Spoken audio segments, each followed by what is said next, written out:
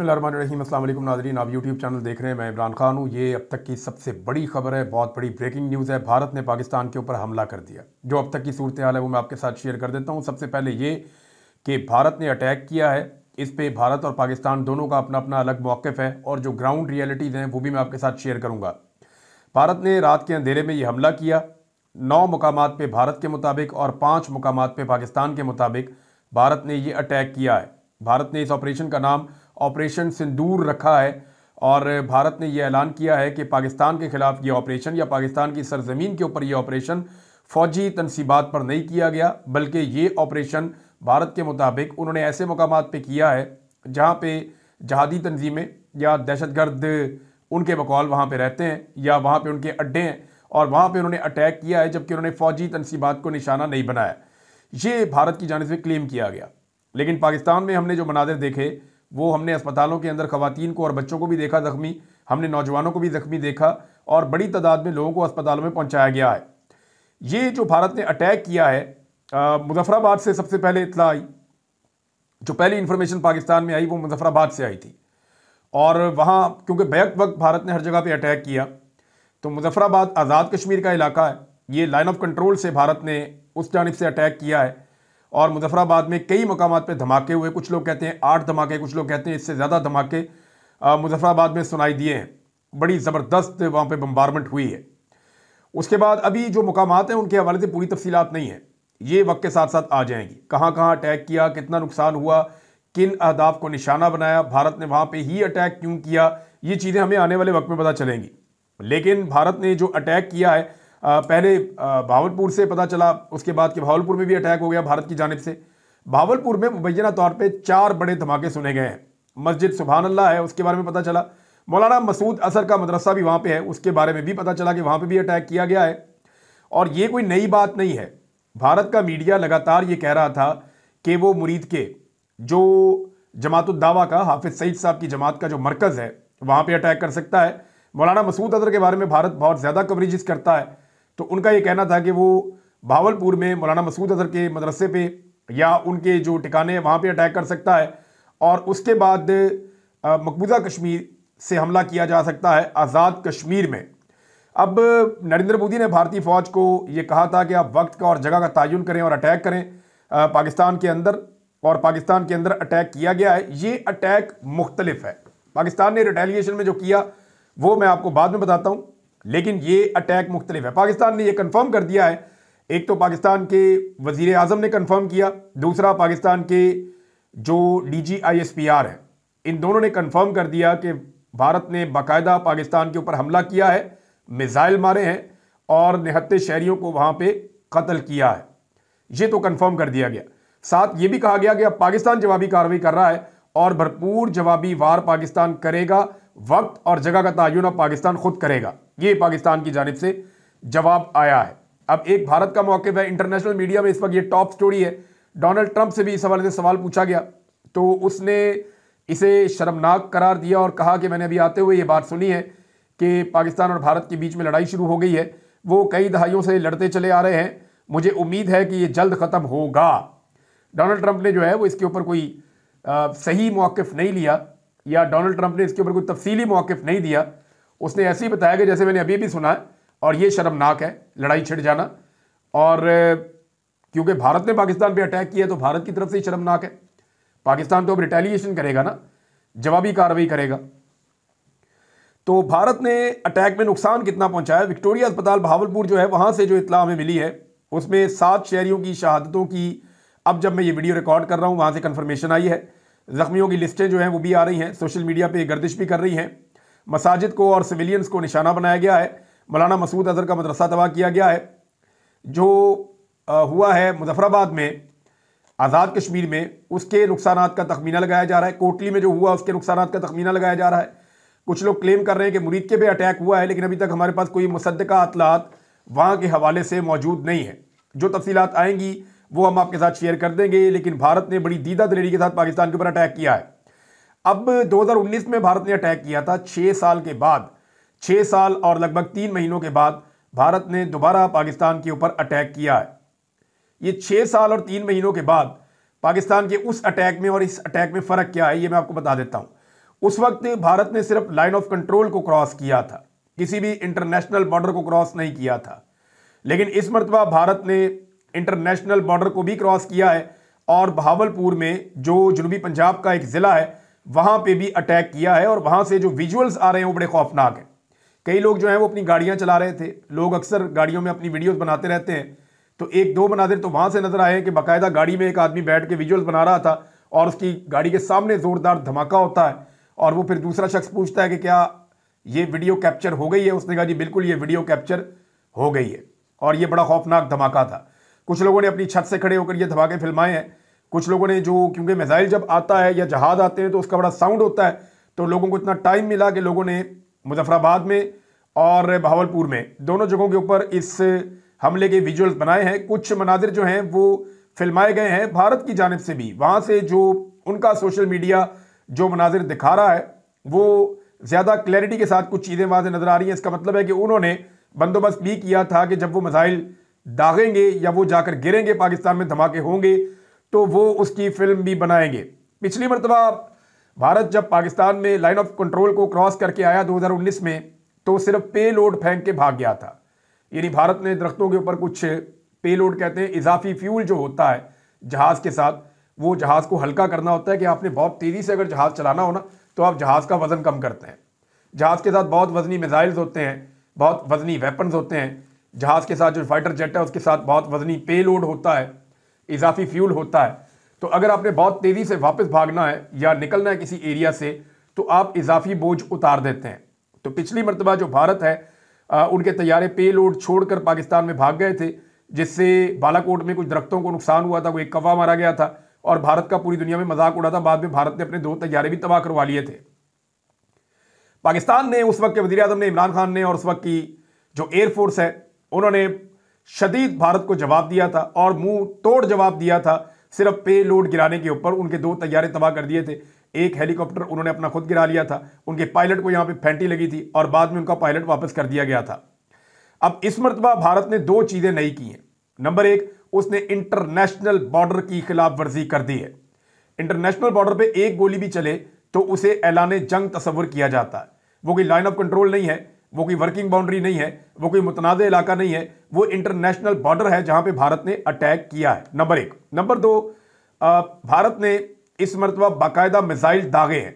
जो DGISPR हैं उन्होंने ये कहा कि भारत ने ये हमला मिसाइल के साथ तो किया है, लेकिन उन्होंने जो बीपर दिया या वो जो मीडिया से बात कर रहे थे उससे जो मुझे समझ आई है वो ये है कि वो ये बता रहे हैं कि हवा से हमला किया गया है। ऐसा नहीं है कि भारत ने अपने बैलिस्टिक मिसाइल्स जो हैं वो उड़ाए वहाँ से या ब्राह्मोस से हमला किया या कोई ऐसे मिसाइल जो भारत के बाद टेक्नोलॉजी है, कोई क्रूज मिसाइल या कुछ और, ऐसा नहीं हुआ। भारत ने ये अटैक एयरफोर्स के जरिए किया है। भारतीय तैयारे जो हैं वो हवा में आए हैं, उनके साथ जो मिसाइल मौजूद थे उनके जरिए से उन्होंने अपने टारगेट को निशाना बनाया है। अब सवाल ये पैदा होता है कि क्या तैयारा इतनी दूर तक निशाना बना सकता है खुद पाकिस्तानी हुदूद में दाखिल हुए बगैर? ये है सबसे बड़ा सवाल। तो इस पे मैंने रिसर्च की है और ये राफेल तैयारे के बारे में मैंने इंफॉर्मेशन इकट्ठी की है। तो ये बिल्कुल ठीक है, ग्राउंड के ऊपर अगर किसी टारगेट को निशाना बनाना है तो तैयारे के लिए ज़रूरी नहीं है कि वो उस टारगेट तक पहुंचे। DGISPR की बात में वजन है। अगर भारत की टेरिटरी के अंदर या भारतीय फिजाई हुदूद के अंदर रहते हुए भी राफेल तैयारा एक खास एंगल से पाकिस्तान के ऊपर चाहे कि वो दूर किसी इलाके तक 100, 200, 300 किलोमीटर तक भी वो कोई मिसाइल दागना चाहे तो वो ऐसा कर सकता है। इस तैयारे में ये कैपेसिटी है। बहरहाल ये इन्होंने कहा कि कोई तैयारा पाकिस्तान की हुदूद में दाखिल नहीं हुआ, लेकिन मिसाइल पाकिस्तान की हुदूद में दाखिल हुए और मिसाइल आकर गिरे, मिसाइल आकर फटे और उससे काफी नुकसान हुआ। अब जब पाकिस्तान ने जवाब दिया है, एक तो ये शर्मनाक है। देखें, ये जो भारत की हरकत है रात के अंधेरे में हमला करना, ये हमेशा ऐसे ही करते हैं। दिन के उजाले में कभी नहीं लड़ते, रात के अंधेरे में अटैक करते हैं और भाग जाते हैं। अब पाकिस्तान ने जो जवाब दिया है, अब तक जो पाकिस्तान की मिलिट्री ऑफिशियल्स की जानिब से या मिलिट्री जराए की जानिब से जो खबरें चलाई गई हैं, और ये अभी तक जो इतलात हैं, ये इंडिया ने इनको कंफर्म नहीं किया। देखिए, इंडिया ने पाकिस्तान पे अटैक किया और पाकिस्तान ने कंफर्म किया कि वाकई में इंडिया ने पाकिस्तान पे अटैक किया है और फलां जगह पे अटैक कर दिया है। इंडिया ने 9 मकामात कहे, पाकिस्तान ने 5 मकामात को तस्लीम किया, लेकिन एक एक मकाम पे मुख्तलिफ एरियाज पे इंडिया ने अटैक किया है। तो ये अभी कंफर्म हो जाएगा दिन ढले तक इंशाल्लाह दोपहर तक सारी चीज़ें क्लियर होकर सामने आ जाएंगी। जबकि अब पाकिस्तान की जानिब से जो दावे सामने आए हैं वो बहुत क्लियरिटी के साथ ये कह रहे हैं, एक तो जवाबी कार्रवाई में इंडिया का एक ब्रिगेड हेडक्वार्टर पाकिस्तानी फौज ने तबाह कर दिया है। यहाँ पे अटलरी की शेलिंग बड़ी खौफनाक हो रही है।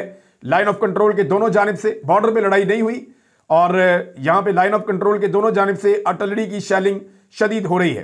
पाकिस्तान ने क्लेम किया और पाकिस्तान के डीजी ISPR ने इंटरनेशनल मीडिया पे CNN पे जाके इंटरव्यू देते हुए कहा कि पाकिस्तान ने भारत के 2 तैयारे गिरा दिए हैं, तबाह कर दिए हैं। साथ ही साथ यह भी दावा किया गया कि पठानकोट का हवाई अड्डा और श्रीनगर मिलिट्री एयर बेस, इन दोनों को भी पाकिस्तान ने तबाह कर दिया है। इसके अलावा एक ड्रोन की फुटेज भी सामने आई है जिसे पाकिस्तान ने सियालकोट के नजदीक कहीं पे गिराया है। यानी ये भी working boundary line of control का एरिया है जहां पे पाकिस्तान ने एक भारतीय ड्रोन भी मार गिराया है।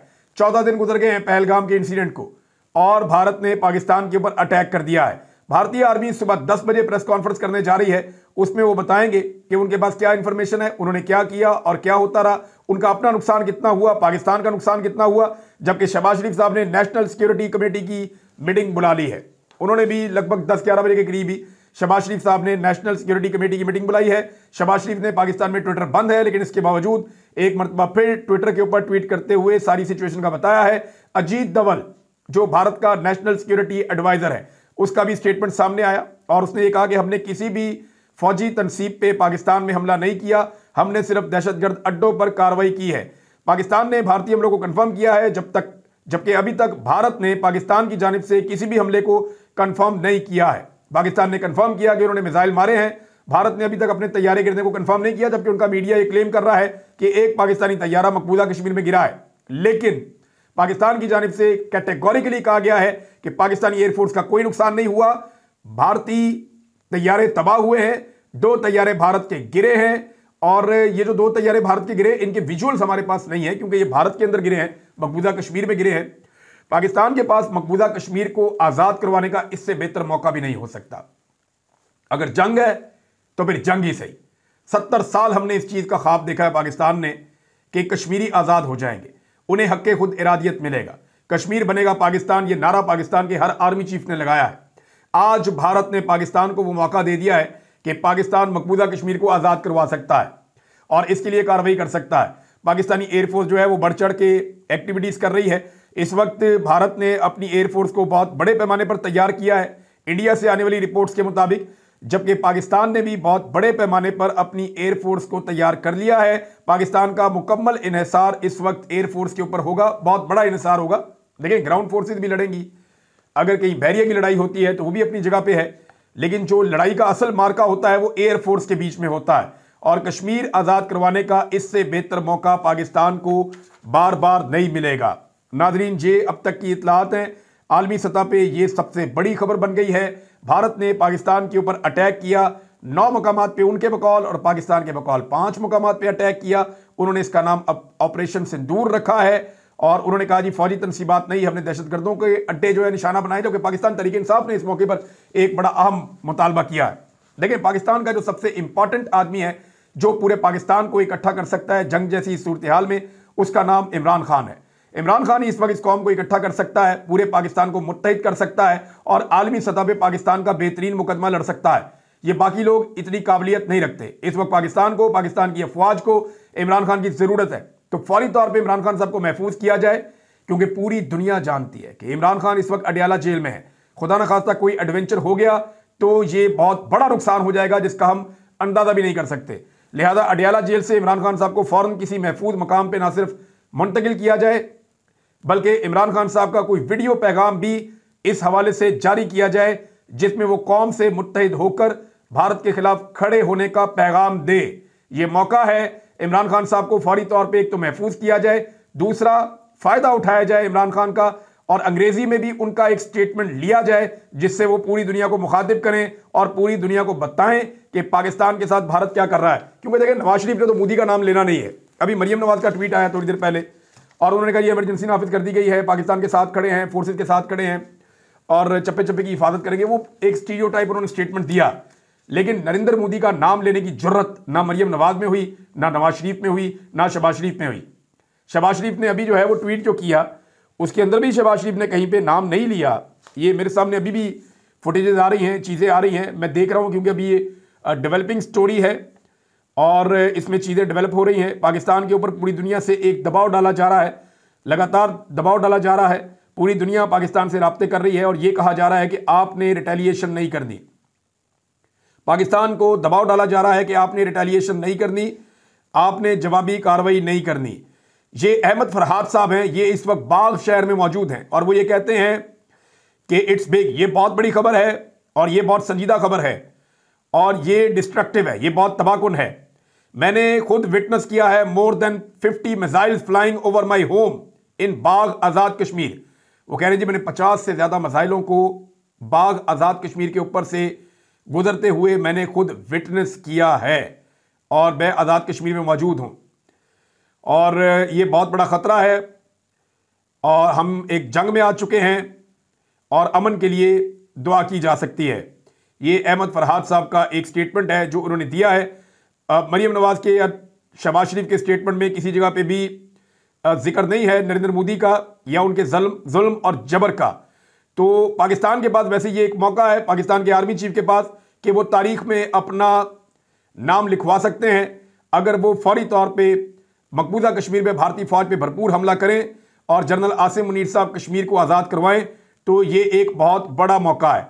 नादरीन, दावे किए जा रहे हैं, कुछ तस्वीर जो है वो पब्लिक की गई और ये पाकिस्तान के टीवी चैनल्स ने भी चला दी। मेरे ख्याल में इस मौके पर हम सबको एहतियात से काम लेना चाहिए। इनमें से एक तस्वीर जो है वो 2021 की है, यानी पाकिस्तानी टीवी चैनल ने चलाकर ये कह दिया, ARY पे देख रहा था मैं, बाकी चैनल पे देख रहा था कि ये इंडियन तैयारा है जो अभी तबाह हुआ है, और एक और तस्वीर चला के कह दिया कि ये भी इंडियन तैयारा है जो अभी तबाह हुआ है। तो वो दोनों तस्वीर जो हैं वो 2021 की है, एक तो उनमें से, और वो एक इंडियन तैयारा क्रैश हो गया था, गिर गया था, ये उसकी तस्वीर है। ये पहले भी सोशल मीडिया पे मौजूद है, 1 मिनट में चेक हो जाती है। तो ऐसी बोंगियां मारने से पाकिस्तानी मीडिया गुरेज करे। पाकिस्तानी फौज बहुत बहादुर फौज है, वो जेन्युइन नुकसान करेगी इंडिया का और इंडियंस खुद उसे तस्लीम करेंगे। आप देखते जाइएगा और साथ ही साथ वो विजुअल्स और मनाजिर जो हैं उन्हें पब्लिक करें जो बिल्कुल मुस्तनद हैं, ताकि दुनिया में जग हसाई ना हो। लिहाजा इस चीज़ का सबको हमें ख्याल रखना पड़ेगा कि कोई ऐसी चीज़ हमारी तरफ से शेयर ना हो जो फेक हो, जिस पे जो है वो हमें बाद में शर्मिंदगी का सामना करना पड़े। इमरान खान साहब के हवाले से देखें, यही वो शख्स है इस वक्त पाकिस्तान में जो नरेंद्र मोदी को जवाब दे पाता है, यही वो शख्स है जिसमें यह हिम्मत है कि वो ललकार सकता है इंडिया को, नरेंद्र मोदी को, RSS को, उनकी आइडियोलॉजी को, और पूरी दुनिया के अंदर उनको बेनकाब कर सकता है। लिहाजा इस वक्त पाकिस्तानियों को और पाकिस्तानी फौज को होश के नाखून इस हवाले से भी लेने चाहिए कि इमरान खान साहब को बाहर निकालें और कौमी यकजहती के लिए उनसे एक पैगाम रिकॉर्ड करवाएं। पाकिस्तान हालत जंग में है, अगर तो ये मामला आगे बढ़ता है तो फिर तो हालत जंग में है, और अगर दुनिया दबाव डाल के पाकिस्तान को रिटेलिएशन से रोक देती है तो इंडिया उधर सेलिब्रेशन कर लेगा, जनाब हमने कार्रवाई कर दी, और हम जो है वो इधर सेलिब्रेशन कर लेंगे। तो इससे पाकिस्तान को हासिल क्या होगा? मेरी नज़र में कश्मीर आज़ाद करवाने का ये एक बेहतरीन मौका है जिसे पाकिस्तान को हाथ से नहीं जाने देना चाहिए। और दूसरा, पाकिस्तानी जो दरिया हैं उनके ऊपर जिस किस्म के गैर कानूनी स्ट्रक्चर्स इंडिया ने बनाए हैं, जिनके जरिए वो पाकिस्तानी दरियाओं का पानी पाकिस्तान के लिए रोकता है बैनुल अक़वामी मुआहदे की खिलाफ वर्जी करते हुए, तो ये मौका है कि उन स्ट्रक्चर्स को भी पाकिस्तान जो है वो हटा सकता है या ये मौके से फायदा उठा सकता है। देखना ये पाकिस्तान ये करता ही नहीं करता, क्योंकि पाकिस्तान के डिफेंस मिनिस्टर ने, पाकिस्तान के नायब वजीर आजम ने, पाकिस्तान के जितने भी अहम कैबिनेट मेंबर्स हैं उन्होंने ये स्टेटमेंट दे रखे हैं। अब देखना यह है कि पाकिस्तान इसमें मजीद क्या रिटेलिएशन करता है। जो अब तक की सिचुएशन मैंने आपके सामने रखी, ये क्योंकि स्टोरी डेवलप हो रही है, इसके अंदर पल, 2 पल, 4 पल में नई चीजें ऐड ऑन हो रही हैं, तो थोड़ी देर के बाद आप एक और वीडियो देखेंगे। अब तक के लिए इतना ही, अपना ख्याल रखिएगा, अपने चैनल का भी। अल्लाह हाफिज़।